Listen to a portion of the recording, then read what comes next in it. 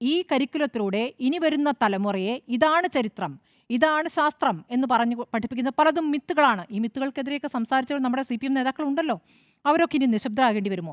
മുദ്രാവാക്യങ്ങൾ എല്ലാ കാലത്തും നമ്മൾ ഉന്നയിക്കുന്ന മുദ്രാവാക്യങ്ങൾ അതത് സർക്കാരിൽ നടപ്പാക്കാൻ കഴിയില്ല എന്ന നിസ്സഹായത പ്രകടിപ്പിക്കുന്ന പാർട്ടി സെക്രട്ടറി ഈ തെരഞ്ഞെടുപ്പിനെ നേരിടുമ്പോൾ എന്ത് മുദ്രാവാക്യമാണ് മുന്നോട്ട് വെക്കുക? മുദ്രാവാക്യം വേണ്ടേ? എന്ത് മുദ്രാവാക്യമാണ്? ഇവിടെ കോൺഗ്രസിനെ ഭള്ളു പറഞ്ഞാൽ മാത്രം മതിയോ?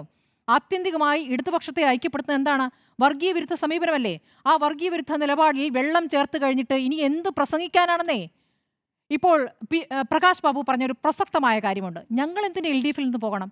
LDF എന്ന് പറഞ്ഞാൽ ഇടതു മുന്നണിയാണ്. ഇടതു നിലപാട് ഞങ്ങളാണ് എടുക്കുന്നത്. ഞങ്ങൾ എന്തിനു പോകണം? ഞങ്ങൾ പോകേണ്ട കാര്യമില്ല.